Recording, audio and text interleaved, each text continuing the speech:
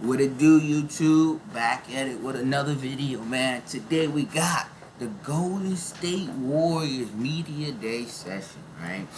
So this is the first year we're going into the year without Klay Thompson, right? That's a big change in the Warriors. So let's see how things are looking this year. I don't know, man. I think with Buddy Hield, you know, we got to think Klay only, Klay really just averaged about 19 points. So with like Buddy Hield, I feel like Buddy Hield will make 2-3 threes a game.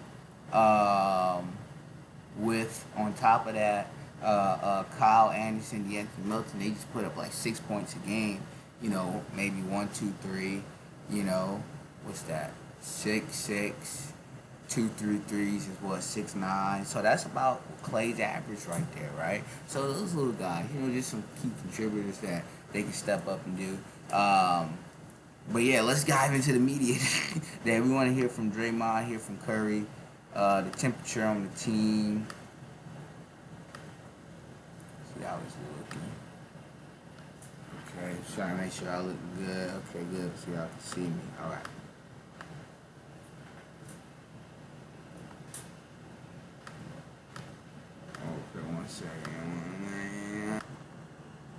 Alright, we good. Yes, sir. Hello, everyone. It's good to see you as well. What's up, This team is not used to these long off seasons like you had this off season. What was that like for you? Because you guys are usually, running around until June and stuff. It was weird. You kind of worked out. I took a break, worked out, got bored, took another break, started back working out.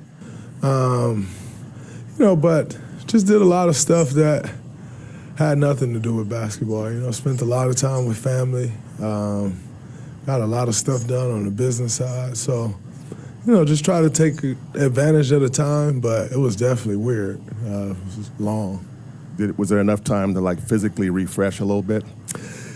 Yeah, you definitely, within reason as much as you can. It's funny because I was telling my trainer, we were lifting yesterday, and he's like, how your body feel? It's like, I feel good. He's like, all right, so you're 100%. I'm like, I'll never be 100%. That'll never happen for me.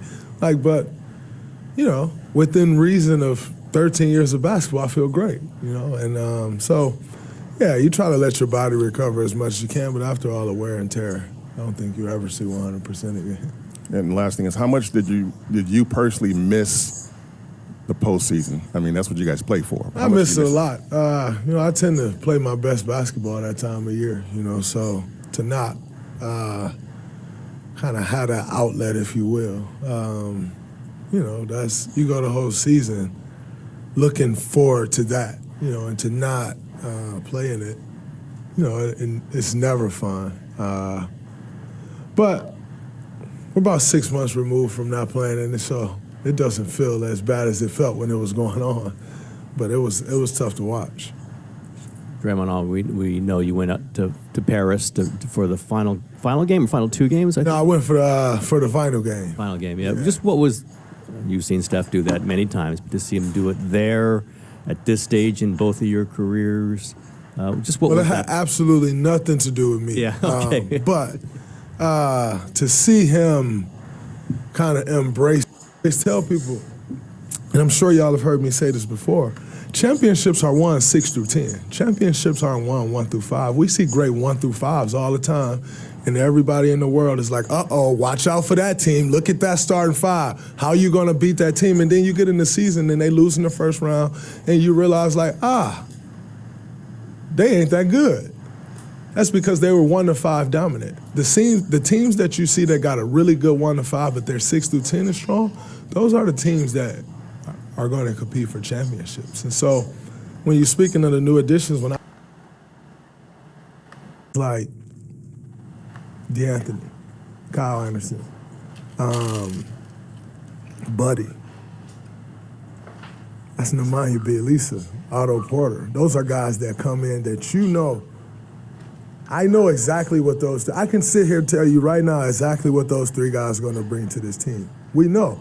I know when we talked about the level of consistency with the young guys, I know the level of consistency that they're going to bring that at. That's what helps you get to conference missing finals, play, though. NBA finals. It's those guys. And no one ever gives them credit. You know, it's the Derek Whites of the world. Derek White been getting a lot of credit over the summer, right? Like, he ended up starting for the Boston Celtics. But he was really brought in to be like 6th, 7th, 8th man, right? Like, that's the stuff that really pushes you over the top. Al Horford. Like, Al Horford wasn't supposed to start on that team. Like, Porzingis was supposed to be the starter, right? Which makes Al Horford your 6th, 7th, 8th, and 9th man. That's how you win championships, when you strong there. And so when I look at the new additions on this team, they're proven guys that's respected around this league, guys that you know what they're going to bring every night. And last time we added guys like that, we did what we love to do. So I like it. Bonjour, Stephen. So this is for a French and African TV channel. I don't know if you have a few French words that you brought back from Paris or no? Nui. That's a good start. My God. Well, my question is going to be in English. Actually, it's about another Bay Area personality that you support. You endorsed Kamala Harris at the DNC end of August. What is your thought on the campaign? How do you feel 1 month ahead of the election? And what do you expect of tomorrow's vice presidential debate? Everything's political for French people. No, you know? it's all good. Obviously, supporting her is an honor. A sophisticated leader that I, expect and have confidence she can, lead our country and provide, obviously, hope, inspiration, unity. Obviously, there's a lot of tough conversations that need to be addressed in our country and a lot of progress that needs to be made. But a level of decency and humanity at the top from our leadership is a must, and I think she checks that box. I know she has a great opportunity with the rest of the campaign leading up until the actual election to dig into her, politics and the way that she wants to impact our country, in the most powerful office in the world. And I know she'll be able to kind of do that in a meaningful way that provides confidence that she has a great plan. But first and foremost, is she going to run the entire country and be a leader for everybody? I feel like, she checks that box, and you got to start there, and that's why I have confidence in her. Steph, hi. I know how important your foundation is, which is based in Oakland. Can you talk about what it means, unfortunately, for the Oakland A's? They just, had their last game, and they're the last professional major team to leave the city, and what that means going forward for the city. I think overall it's a sad situation because, sports franchises in any city are, to borrow a line from a good friend of mine, it's a sense of hope and inspiration for a community. Whenever you start a year, it's like, a way to galvanize, again, that hope and that unity and that togetherness and having something to look forward to, and not just what it does for the economics of that city and what Oakland has meant to me is to say the least, it's been huge, just in the way that I came up in this league and being able to play in front of that fan base for those 10 years, and knowing the history of the A's, the Raiders, and the Warriors there. It sucks, but to your point around what me and Aisha are trying to do within Oakland, it's a matter of supporting the community that supported us when we were coming up, and making sure that we still plant our flag there and have a significant presence there. But it is unfortunate that there aren't any more professional teams that are representing Oakland. Specifically just because of how much history there is around sports and that fandom and that sense of pride of being from Oakland. So I don't know how you kind of work around how tough it is, but for me and Aisha, obviously we want to make sure we continue our work there, especially through the school district, and creating opportunities for the next generation to achieve their full potential. But other than that, you have to admit how sad it is for everybody. Stephen over here. How you doing, man? Doing great. Good.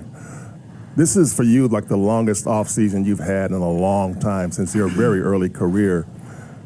What are the physical, mental, emotional, I guess, benefits to having such a long stretch, and how eager are you to get back on the court to play a basketball game in the NBA? It's weird because the timing of it, knowing I had the Olympics this summer, it didn't feel like it. It felt like, you know, you're trying to put the pieces together why, you know, you're done playing in April. Physically, you get a break. Mentally, you know, you're watching playoff basketball, still kind of in that grind of assessing where you are, where you need to, you know, be one of those teams that are playing into June. And then I took 2 weeks off, started working out, getting ready for the Olympics. You know, I had a 6-week run playing in the Olympics, and these last 4 weeks trying to balance rest and still staying sharp physically and mentally to get ready for a season. So it tested me in a different way. Thankfully, I had the Olympics to look forward to, so I didn't have just 5 months of sitting at home.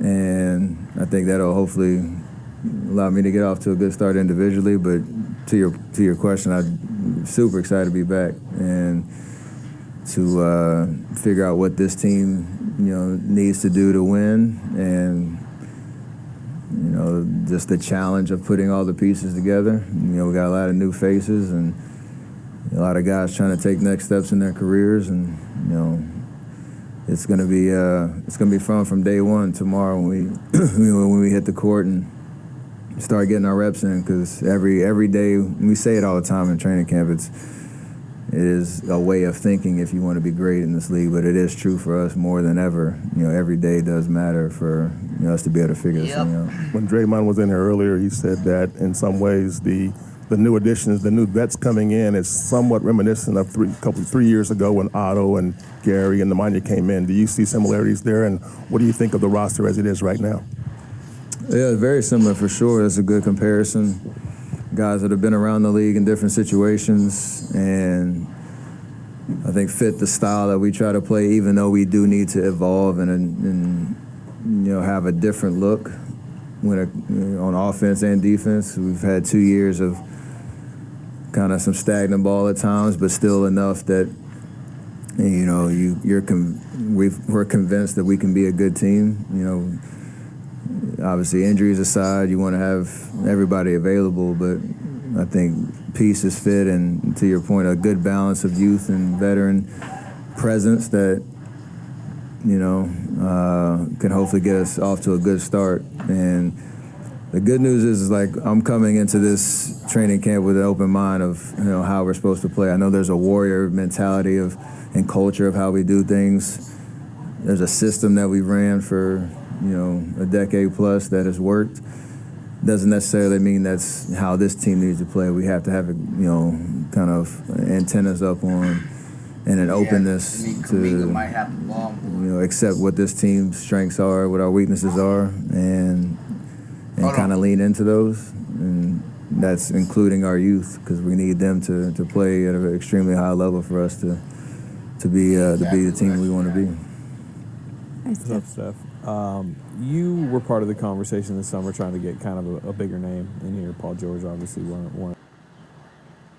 All right, so that will do for the reaction today, bro. I was eating all the way through the video. I had to bang this food real quick. When the Klay Thompson's media day is up, we'll watch that one. Till then, peace out, y'all.